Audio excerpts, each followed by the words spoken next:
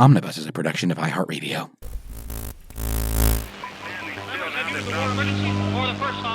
is Jim, and receiving this message. We are Ken Jennings and John Roderick. We speak to you from our present, which we can only assume is your distant past, the turbulent time that was the early 21st century. Fearing the great cataclysm that will surely befall our civilization, we began this monumental reference of strange and obscure human knowledge. These recordings represent our attempt to compile and preserve wonders and esoterica that would otherwise be lost. So whether you're listening from an advanced civilization or have just reinvented the technology to decrypt our transmissions, this is our legacy to you. This is our time capsule. This is the Omnibus.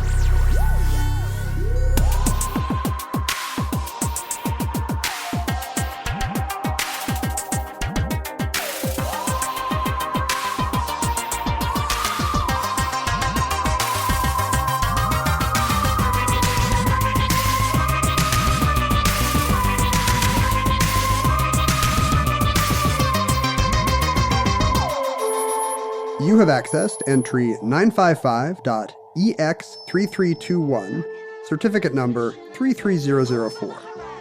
Plymouth Rock. The pilgrims sailed the sea to find a place to call their own. In their ship Mayflower, they hoped to find a better home. They finally knocked on Plymouth Rock, and someone said, "We're there." It may not look like home, but at this point I don't care. How old were you in 1976, our nation's bicentennial? I love talking about the bicentennial. I was only 2 years old. I don't remember the tall ships. Mm-hmm. I don't remember the... Tall ships in Boston Harbor? What else would I not remember? Well, it was... Probably car salesmen in Uncle Sam outfits. It was a celebration that lasted the entire year, but in particular... It was just a nonstop party. Nobody slept. It was. America was just going wild with what a year. Patriotic fervor and Grand Funk Railroad. It was, in particular, the lead up to the 4th of July, starting early in the spring of that year. It really consumed the attention of the nation. You would have been 6 or 7 years old, is that right? I turned 8 that year, so I was 7, and I was in second grade. The perfect age for a big national party. Right, and one that was as clean cut as the nation's bicentennial. You know, we had come out of the 60s and Nixon, and we had Jimmy Carter now. And we just wanted the Osmonds and the Mandrell sisters to sing the songs of this great land to us. We really hoped that our great national nightmare was behind us. But as part of that, there was a lot of revisiting and kind of fetishizing the Revolutionary War, the Pilgrims, and the colonial period. Do you think this is when all those 70-year-old Tea Party guys from the early 2000s bought those three-corner hats? Oh, interesting. I think they had those in their attics from the bicentennial, and that's why they had all the gear. They could just go get it down from their box that says bicentennial. I feel like maybe some of that reenactment stuff started then. I mean, there was quite a bit of that Paul Revere's Ride, One If by Land, Two If by Sea. I mean, I feel like kids were taught that stuff in school as a matter of course up until that point, but the country itself really doubled down on it. And like I say, I was in second grade in 75, 76. Powder wigs made a comeback. So we really were choking on that stuff. Well, that's big in elementary schools anyway. Or maybe not so much now. Maybe it was more our era where you got a lot of Paul Revere, Ethan Allen, check it out. My daughter is learning about Harriet Tubman. She has never heard of Paul Revere. That's an improvement, actually. Paul Revere's overhyped. He got caught. He did. It was his buddy William Dawes that actually got through. Paul Revere scans better, so Longfellow made us remember this guy who did nothing, basically. Although, and not to disparage the memory of Harriet Tubman, but she probably saved as many people as Oscar Schindler, right? Or, I mean, escorted that number of people. But we're talking about 1,000 or 2,000 Here's the thing. people. Paul Revere, riding around on a horse for, 90 minutes? Harriet Tubman, riding around the South. For three years. On her underground trains. For years. Well, 3 years.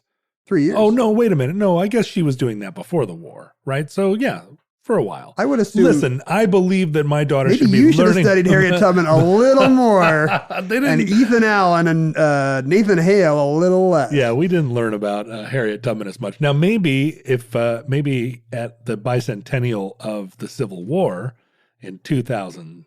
61. Oh, wow. I haven't thought about that. There's going to be a Civil War bicentennial probably in my lifetime. Well, yeah. And there's like a lot of bicentennials that are going by all the time, like the Amistad bicentennial. And what did you guys do for the Amistad bicentennial? We had a barbecue. Yeah. I mean, we missed the War of 1812 bicentennial, although you missed it. I didn't miss it. I was out of town. Yeah. There are a lot of, really what you're seeing now, because the boomers still control the media, is the 50 year of everything. Right. Or the 60. Here's the 50th year of Sgt. Pepper's. Right, Here's the 60th year of Pet Sounds. Here's the 60th Woodstock. They tried to do the 60th Woodstock, right? And it just got canceled. Not going well. Fire Festival. But all of those little talismanic emblems of the revolution all were kind of elevated again into the national consciousness during this bicentennial. The radio is just fife music. It really 100% of the time. No, that was a Civil War reference. It's is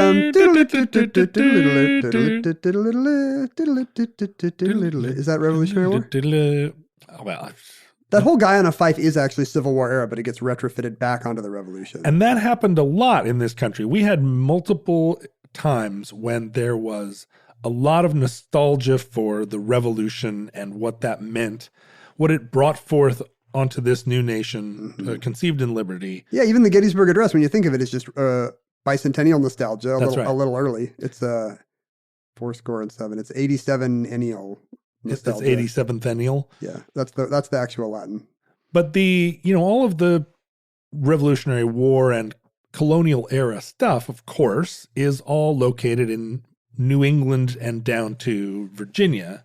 There's not a ton of Revolutionary War sites. I guess that's why Civil War battlefields are more of a vacation cliche, just because there's more of them to go to. There's a broader geographic range where you can travel to them. Yeah, you can find them in Kentucky. You can find them in Alabama. Florida, as far west as Nevada, maybe. And there are there were quite a few Revolutionary War episodes in Western New York and the Great Lakes, but it didn't extend much past the Appalachian Mountains. And most of them stuff is pretty much all within Boston and Philadelphia city limits. That's right. And New York, Brooklyn, yeah, Brooklyn was the site of a major battle. And Hey, I saw Hamilton. Sorry.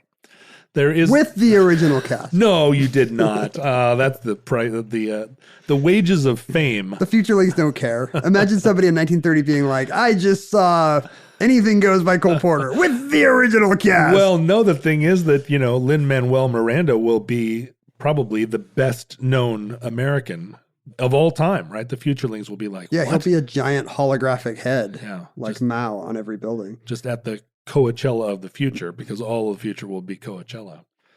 But there were the tall ships. There was the Liberty Bell, which is another probably entry in the omnibus. There was the original, the hall in Philadelphia. There were the step. This was also the kind of resurgence of George Washington Slept Here, plaques on inns. 76 is also Rocky. Big year for Philadelphia tourism. You're right. I didn't even think about that. Maybe peak Philadelphia. Oh, in fact, isn't the fight with Apollo Creed, it's all red, white, and blue because it's kind of implied to be a bicentennial bout, right? Yeah, he comes out in like an Uncle Sam outfit. Right. But a big one of those sort of emblems was Plymouth Rock, which was a rock in Boston Harbor, or in Plymouth Harbor, right, which is just south of Boston, where the original Mayflower colonists, the very first Europeans to arrive in New England, now not the first Europeans to arrive in the Americas, but the Pilgrims. I mean, even if you discount Scandinavians coming over, there were colonies in Virginia. Sure, Jonestown, and there were... You just said Jonestown instead of Jamestown, and Jamestown. We're going to absolutely leave that in. No! Yes, we're going to leave that in. Jonestown was in Guyana. Imagine Walter Raleigh or whatever founding Jonestown. We have some amazing drink. Jamestown, all right. And also the Spanish settlements in Florida, and up around in like Mobile even, I think, maybe not that old, but there was a lot of Spanish in the Americas already. Are you sure that wasn't a Taco Bell you saw in Mobile, Alabama, and you just assumed it was an old Spanish Adobe Ford or something? Ding! Yo quiero.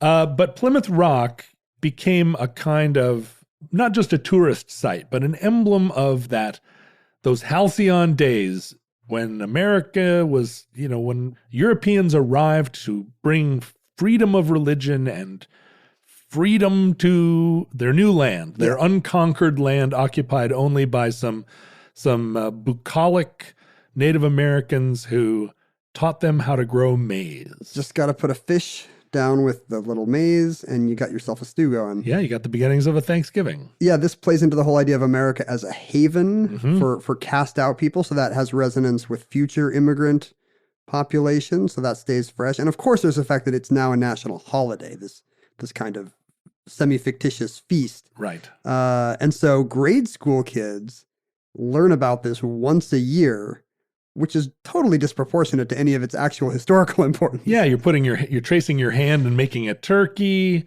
You got to see what Squanto's up to. Everybody wears pilgrim hats. Yeah, you make a black construction paper hat with the buckle. So Plymouth Rock and the Massachusetts Bay, or the colony there, is, as you say, something that it was reinforced every year at Thanksgiving. And so when it was explained to you that the original colonists actually stepped off their boats, stepped foot on this rock that still exists, Plymouth Rock, you really felt like this was maybe one of the more important sites in American history, this founding moment. And never having seen the rock myself, I always imagined something, very grand. You want it to be, in keeping with this great land. So It's got to be an almost Mount Rushmore-like site. And it's only when you think about the details that you realize you don't really step out of a boat onto a big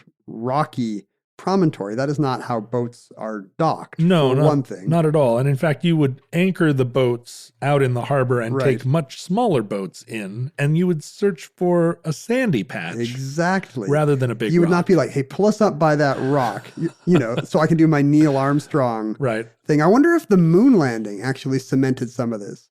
The idea of seeing this footprint of a pilgrim on a new shore. You want to imagine Plymouth Rock had that same kind of ta-da! Sure, good point. Spotlight comes down from heaven. Right. We didn't manage to preserve the first little buckled shoe print there in the sand, but the rock, might have been adjacent to it. And Christopher Columbus's landfall has no such, specific landmark that we can point to some beach in the Bahamas or whatever and say, some blood-soaked beach. Here's the spot. And it's not even United States soil, so who cares? Right. Who cares, indeed. Plymouth Rock, and even the term Plymouth Rock, was much like Thanksgiving itself, Plymouth Rock was an invention, and an invention that, in the first place, was not the place that the colonists landed. The colonists landed initially in Provincetown on Cape Cod. Because it's the first thing you hit. Of course you're going to hit Cape Cod, right? Yeah. And if they need to restock after that long ocean voyage, you're not going to bypass Cape Cod and head toward Boston, right? And if you arrive at Cape Cod, the eastern-facing shore of Cape Cod is pretty inhospitable to landing a ship. It's a sandy beach fronted by cliffs and big dunes, and it's a beach that it's not a shallow beach, right? It's you hit the beach and then it drops off into ocean pretty fast and battered by waves and wind. Right. And this would have been, they landed in the winter, I think. So they came around inside of Cape Cod, and there's a big hook there. And on the other side, there's a kind of... that's more sheltered. Is that where the vacation beaches are? I guess that's where Provincetown is today, right? That's right. And so they swung around inside the hook and anchored there and formed a little well, let's not call it a community. They formed a little camp there where they weathered the winter. Because these guys don't know where they're going. They're not the Plymouth Pilgrims yet. They have no idea where they are. Yeah, they don't know where the Plymouth colony is going to be. They're just trying to find a place where we can survive this winter. So they're looking for sites on Cape Cod, first of all. Yeah, and Cape Cod is, there's not a ton of fresh water there. There are some sort of cenotes or like little lakes and stuff, but it's sandy. You wouldn't really plant your flag there and say, like, let's start growing maize. They don't even know what maize is yet. So they might say, let's start growing a plant we don't know about, but which is the New World equivalent of wheat. Yeah, right. But they didn't say that. They said, let's get back in our boats and sail across this inland bay. See what's over there. So they ended up in Plymouth, the following season, several months later, and formed the Plymouth colony, right? William Bradford was the sort of captain of this adventure. He had the biggest buckle on his hat, so they made him the captain.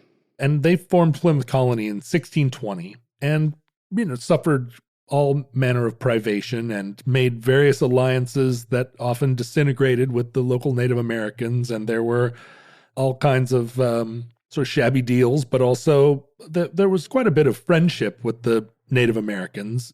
And the initial pilgrims got into, or rather, intruded into pre-existing rivalries and pacts with the tribes that were already there, and so disrupted the local sort of ecosystem, like human ecosystem. But there was nothing bucolic about the place. And in fact, a lot of the Native American residents of that area had just in the year or two prior died of plague. So that sense of Massachusetts is Wampanoag for place we have to live because Maine is even worse or something. So when the colonists arrived, that sense of this being a sort of open land, empty land, they would arrive in what had been villages and just found dusty bones, So it had been a catastrophe. A catastrophe had befallen the local people immediately before this second new black-hatted catastrophe. When the iconic harvest dinner is not even their first year, right? Is that... Right. I mean, their first year, they were just chewing on sticks, trying to make it through. And there were a lot of the fields that had been tended by the locals were now not fallow, but had gone to seed, had gone wild. But there were plantings, there was agriculture there. And there was a certain amount of the pilgrims were kind of occupying this space. But, pilgrims, their instinct is always to build a fort first. I mean, this is the European way of arriving in a place. And the first thing you do is try and put some walls up. I have seen Pocahontas. Yeah. It was occurring to me that this is one reason why this story works is because it's, it has readings that do not necessarily have to be problematic. Like if you like it better that these kind of helpless Europeans showed up and local tribes who were already doing just fine with agriculture and whatnot had to help them through the winter, that's a little more pleasant than other kinds of first contact stories about the nation's founding that you could tell. Well, right. And in the last 30 or 40 years, it's become very fashionable to tell that story in terms of the European settlers arriving as genocidal maniacs prepared to immediately wipe out the local population. I like this one better where they're just kind of losers, where they're way out of their depth. They're way out of their depth, but they also bring all of that, all the superstition of their own place and time, right? They're looking for evidence of Providence's intention in everything that happens. They are convinced that they are the persecuted minority. They're really ill-equipped. I mean, they're not, for an expedition like this today, you would find people with survival skills, adventurers. Right. And these are just people looking for a kind of a religious haven. Right. They're Bible thumpers. They are not necessarily the ones who are, ready for they were on a 3-hour tour. Right. And they were, they met quite a few friendly populations there who were more curious about them than anything. And it was only later that in an event called King Philip's War, a local tribal leader was like, wait a minute, and not motivated to push them off the beaches and back into the sea as much as realizing that they were making alliances with some tribes that were in competition with him for resources. And, and that series of skirmishes lasted for really a couple hundred years, up through the War of 1812, right? Or the French and Indian Wars, at least, through the Revolutionary War. But Plymouth colony survived, and only survived by the skin of its teeth. But by the time 50 or 60 years had passed, the colonists had established a strong foothold. They'd built a lasting community. They had made relative alliances. There were now an archipelago of other villages up and down the coast. The Dutch arrived. The Acadians arrived. I mean, there were there was a whole network. Boston was flourishing. A colony had been established. And it wasn't until 1715, almost 100 years later, 95 years later, that the first mention of Plymouth Rock appeared in any of the many, many documents generated by this initial. Yeah, we have plenty of records of the Plymouth Pilgrims, but for 100 years, nobody mentions Plymouth Rock. Nobody mentions it. It's a little suspicious. It's not really a thing among the colonists themselves. And in 1715, it is mentioned as a feature of the Plymouth Harbor, but only as a great rock, which is on the beach in Plymouth Harbor. There's no connection to the landing. So even people bringing it up are not like, and as we all know, they're just describing the beach and also there's over to the left of the great rock behind the big fern is where I hid the Easter eggs. And again, if you were heading a launch toward that beach, you would not aim for the big rock.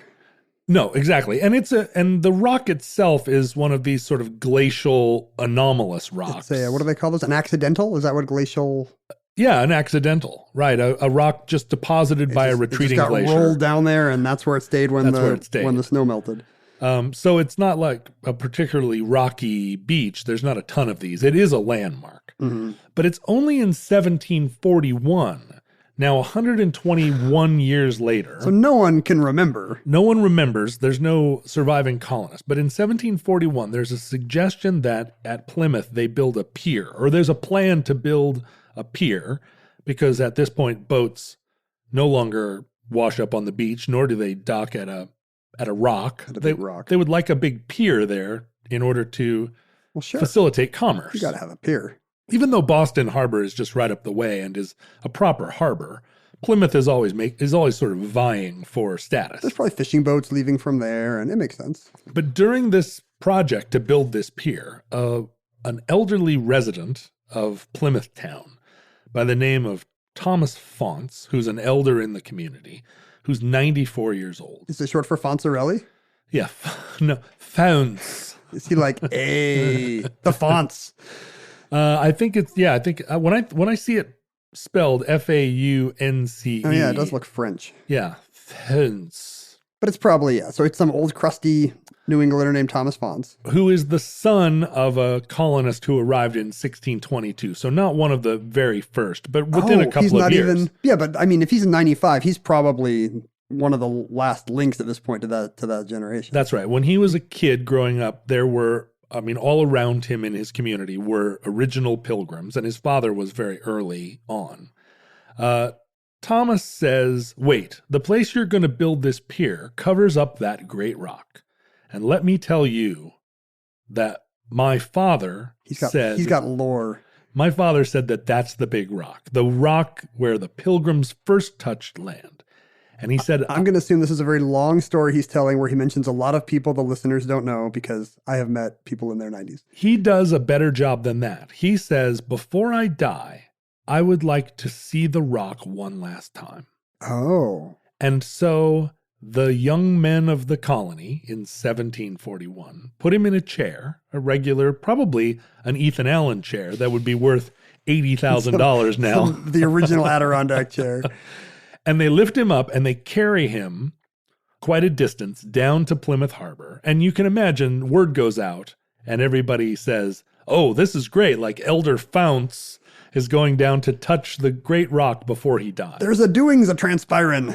And so they carry him down, and he reportedly sheds some tears upon the rock. Touch thou the rock, Elder Thomas.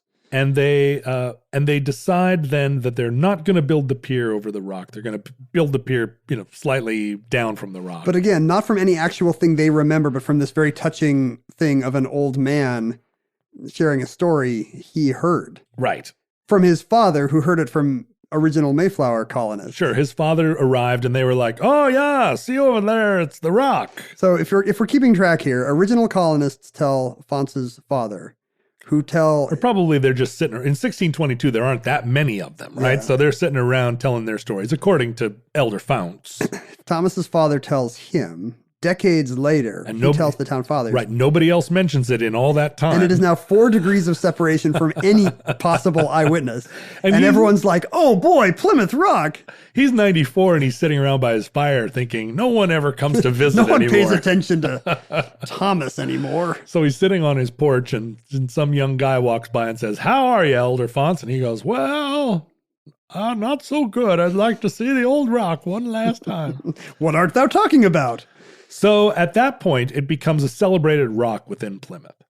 And in the great style of America, after a while, the residents of Plymouth, not content to have their great emblematic rock just sitting out Way down at the beach. 90% buried under sand, decide that they're going to move the rock. This is the American spirit. Yeah, this is it. We're going to improve this. In 1774, so these are revolutionary times, and there's a new fervor Of patriotism, probably, right? And right. the symbolism of the rock is very meaningful now. It is, and we're now, 150 years, or 150 over years 150. later, and in breaking away from England, we're now very interested in this kind of symbolism. And I'm now interested in the sesquicentennial of the Plymouth Pilgrims. Like in 1770, was there a big thing?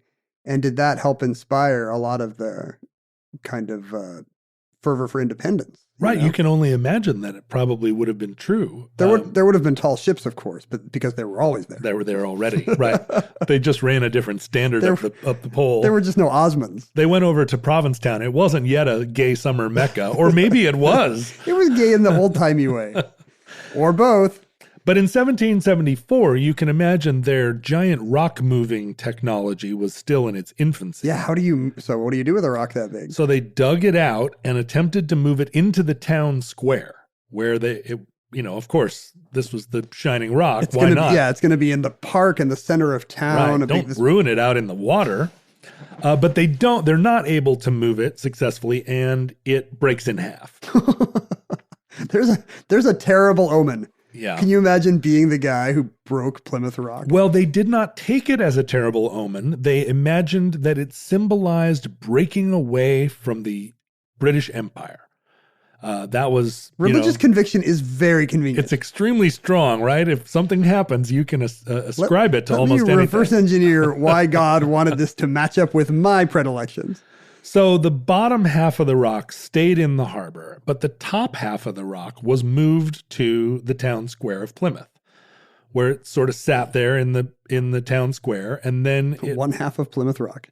In the early 1830s, it was moved to a museum in Plymouth. I read that in 1834, when they were moving it to the museum lawn, again, a team of auction or whatever, they managed to drop it again and break it again. It fell off the cart. As we've already established, moving big rocks is a thing, even now, that's a little difficult to do. Rocks are heavy. So if you're going to call your moving company something, don't call it Mayflower, because the descendants of the Pilgrims were terrible movers.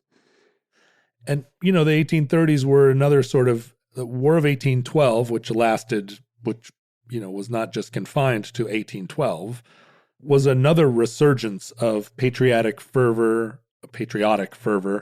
And patriotic is when you're very patriotic about the Adriatic. Wow. People in Tuscany are very, very patriotic. I mean, I guess I'll give that a courtesy ding. So there was a museum of early Provincetown and of this is our Pilgrim heritage. Yeah, colonial times. And I love when small towns have those, by the way. Like, usually the history is not so good. Right. But it's like, here's the rock where Jimmy jumped. Here's a desk we found when the old school was turned into the new church for the Baptists. We pulled down the old wallpaper and there was other wallpaper underneath it. Have you ever been to the tenement museum in New York City? No, I want to go. It's really fascinating because all around it are people living in those buildings and watching Netflix. And here's this building kind of restored to its original, almost unlivable conditions, where you would go to the bathroom in a pot and throw it out the window. Not really. I was at talking about these small town museums. I was in Payson, Utah once, passing through. I think it was where my friend's dad was from. And we stopped at a place called the Petite Neat Academy. And it was just some old school for girls or something, but it had been turned into this kind of memorial to the illustrious history of Petite Neat. of Payson, Utah. And so it's exactly this. It's like, here's an old spinning wheel we found. A rod like this may have been on a covered wagon. I think somebody who had once been a governess in Payson had wound up on the Titanic. So there was a whole thing of like, here's the Titanic.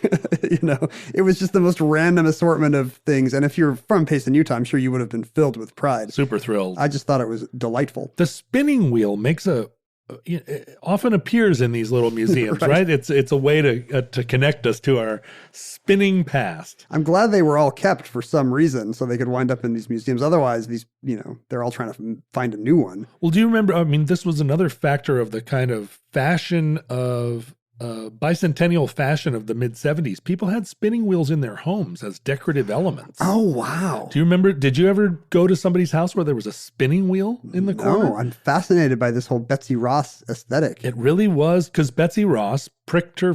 No, who was it that pricked her finger on a spinning wheel? It was Snow White. It was Sleeping Beauty. Sleeping Beauty. Do you always get Betsy Ross and Sleeping Beauty confused?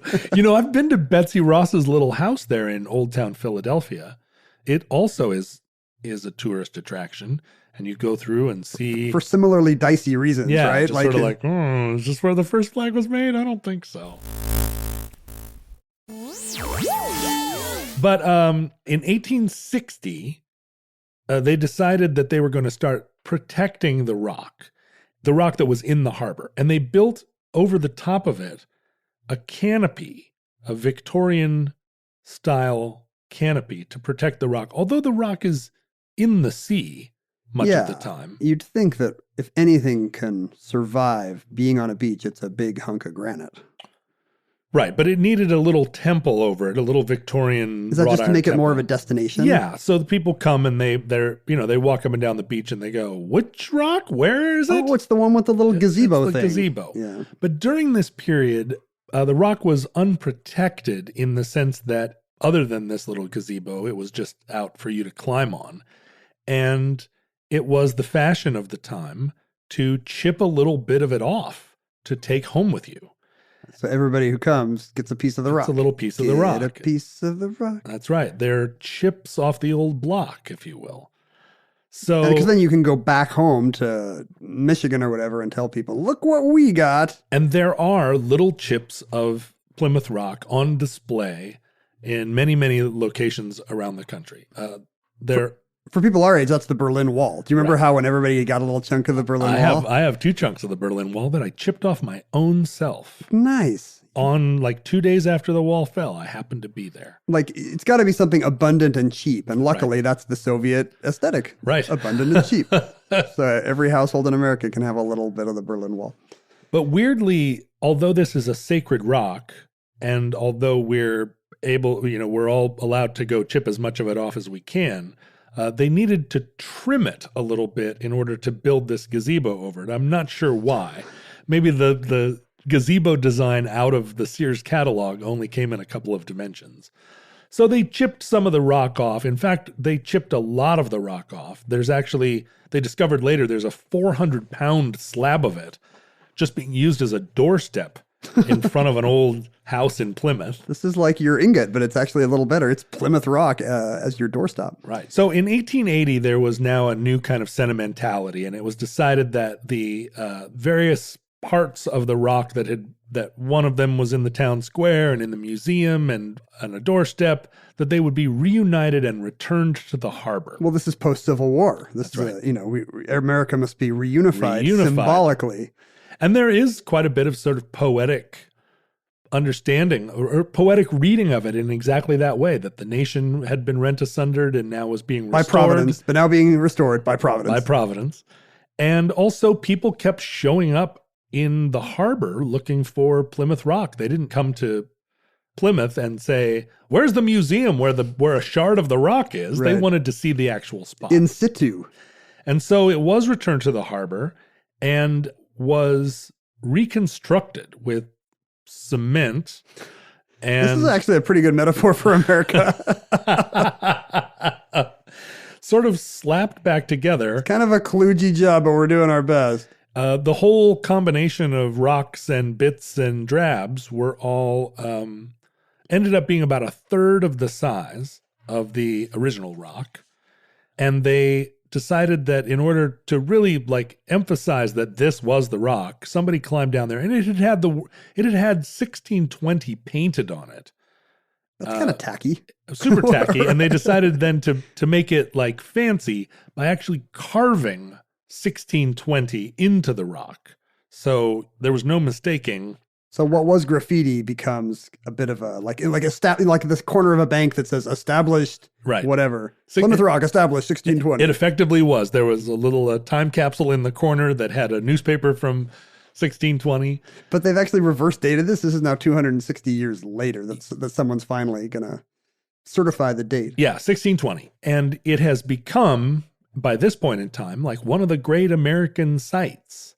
In 1920, the gazebo, which I'm sure rusted away, was replaced by a Roman temple.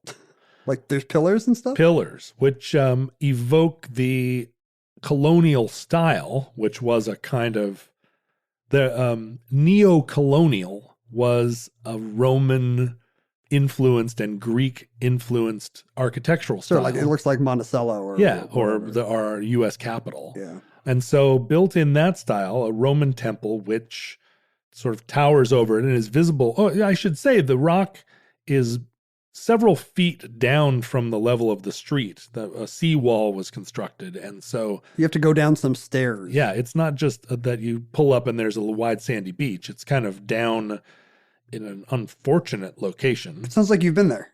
So I have been to Plymouth Rock because, as you know, I've traveled around America and I never fail to pull over to look at the world's largest ball of twine or the world's grossest gum wall.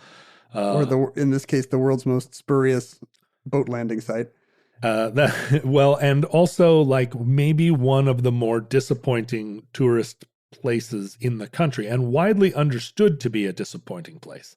If you've read up, you know, because it's not, people want it to be big and what's left is like the size of a couch, basically, right? Well, even if it weren't big, they want it to be situated in a setting, right? A bucolic setting. We're arriving in the new land. Far shores. And what this is right up against a seawall, underneath a very strange little Roman temple. And in order to dissuade people from continuing to chip it and steal pieces of it, it's been painted hot pink. It's gated. So you can't go up to it. No, it's in jail. It's it's cemented together. It has the date branded on the side, and it's still buried in the sand. The waves still wash over it, but it's actually in a barred jail. Well, the metaphor for America is just becoming unavoidable at this point. It's really a gorgeously poetic way of describing our nation's history. And so you lean over a railing. You can't get down to it. I mean, I suppose you could if you were a teen and you wanted to jump down there and touch it with your hands. But you're not supposed to. No. So you know where it is because as you drive through Plymouth, kind of looking around, and it's like, oh, there's Plymouth Nail Salon and there's the Plymouth Taco Bell. Oh, look, there's a crowd along the sidewalk. And the thing is, the waterfront promenade there is quite lovely. It's a nice treed area. But there's a crowd forming around a strange little temple that maybe looks like an outdoor bathroom or maybe like a little bandstand. And you walk over and push your way through the crowd and look down, and there it is. It would be like if the Liberty Bell was just at the bottom of a well or something. Yeah. Here are some reviews from TripAdvisor. Ah, beautiful. 3 stars. Underwhelming. There's not much to see, but at least you can say, I saw it. If you live in the country, there might be a bigger rock in your backyard. I like how that guy just expects it to be the biggest rock. Yeah, right. Because America's the best. We should have the best Plymouth Rock. The next review here is someone with an avatar of a raccoon. It's again 3 stars. Now, this is clearly not Yelp because these would all be 1-star review on Yelp, but it's TripAdvisor, so they're generous, right? You want to kind of justify your own vacation. You don't want to say my vacation was a failure. Right. On Yelp, you can definitely be like, the service was a failure. Here's another 3-star review captioned, really? Question mark. Rather unimpressed with the rock. It is much smaller than one imagines, and there is nothing around it to even discuss much of the history. Who are they complaining to is my question. Like, who is the corporate body that has let them down? What this review finishes off. On the other hand, it was easy to park nearby. Next review, 3 stars. Not very big! ! Bit disappointing to see it covered by a huge stone building, and it is difficult even to see, which is true. You lean over and kind of look. Is it like the Blarney Stone? Yeah, you look through these bars and it's like, oh, there it is. You know, it's sort of not, it's not really shown to its best advantage. Couldn't get a decent photo even with a zoom lens. Lens spelled Lense. But having said that, it was quite an event seeing such a historic piece. 4-star review. Oh. Nice walk to the rock. Well, it's a rock in a mausoleum of sorts, but the walk there along the waterline is great. So this gives you a sense of a lot of people go look at it. A lot of people on road trips are a little disappointed, and a lot of kids are rolling their eyes in the back of the station. Yeah, they pull over and they do a Griswold. They go like, and then back in the car. And then they try to find somebody to get some fried clams for lunch. And that concludes Plymouth Rock. Entry 955.EX3321, certificate 33004, in the omnibus. Listeners, we don't know if Plymouth Rock will exist in your time. Presumably the rock will still be there, but maybe the succession of gazebos and mausoleums have fallen over. Well, you know, one of the namesakes of the rock, there are a lot of things named after the Plymouth Rock, and one of the Plymouth Rock's namesakes is the Plymouth Rock chicken. There's a chicken named for Plymouth Rock, which is one of the most popular chickens. It's a sort of gray-barred chicken that lays brown eggs, and for a time was, I think, maybe the most popular egg-laying chicken in America. And again, it was sort of developed in the late 1800s, and it's entirely possible that futurelings are all descended from Plymouth Rock chickens.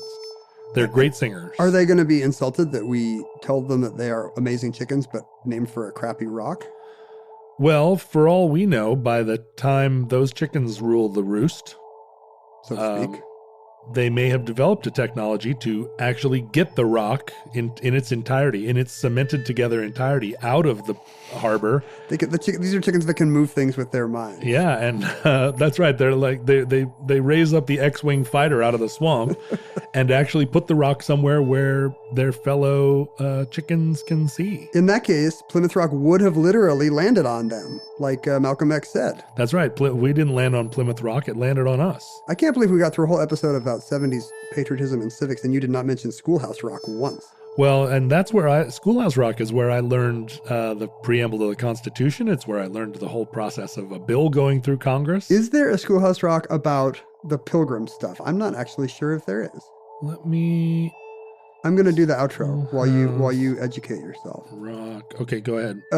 Even if Plymouth Rock has been levitated to a different place by super intelligent chickens, social media, we assume, will be dead and gone. Another crappy sofa-sized relic of our time.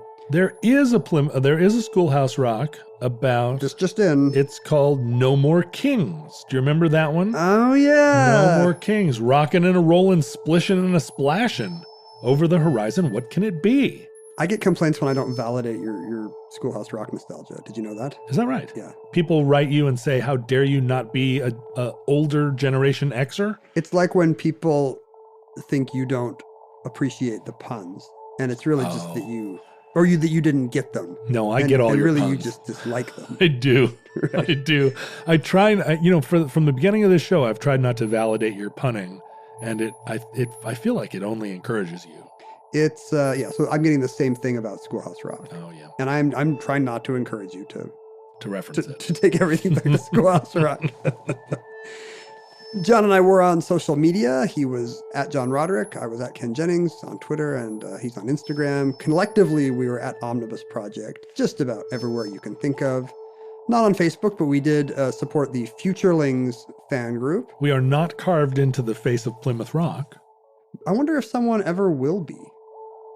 Like a little mini Mount Rushmore, make where a little William mini... Bradford and Elder Founts have their little heads carved into it. The Futurelings Facebook group currently arguing about the French Revolutionary calendar and telling me that there's cocaine in shrimps, in river shrimps now. What? Oh, because it's filtering down through it's like all the cocaine on $100 bills. I would assume so. It's getting into the rivers. It's getting into the shrimp.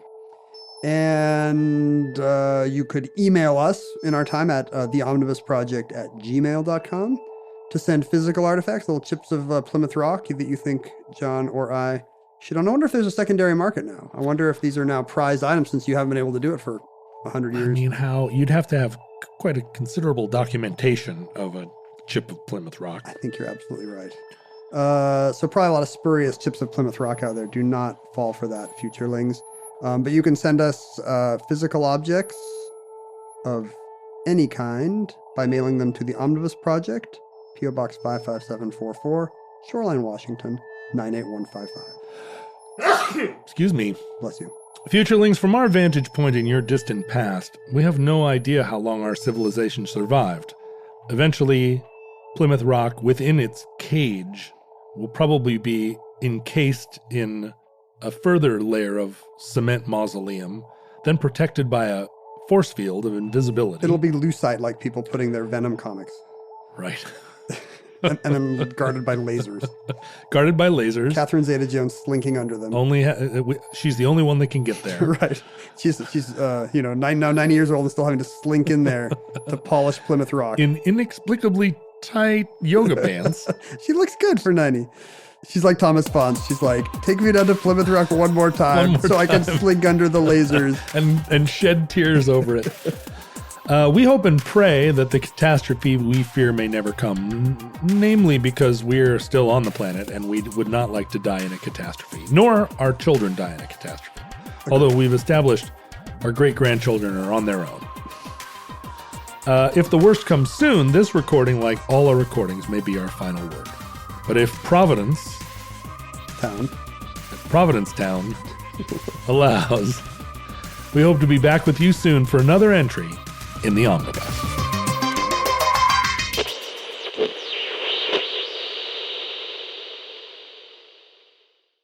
For more podcasts from iHeartRadio, visit the iHeartRadio app, Apple Podcasts, or wherever you listen to your favorite shows.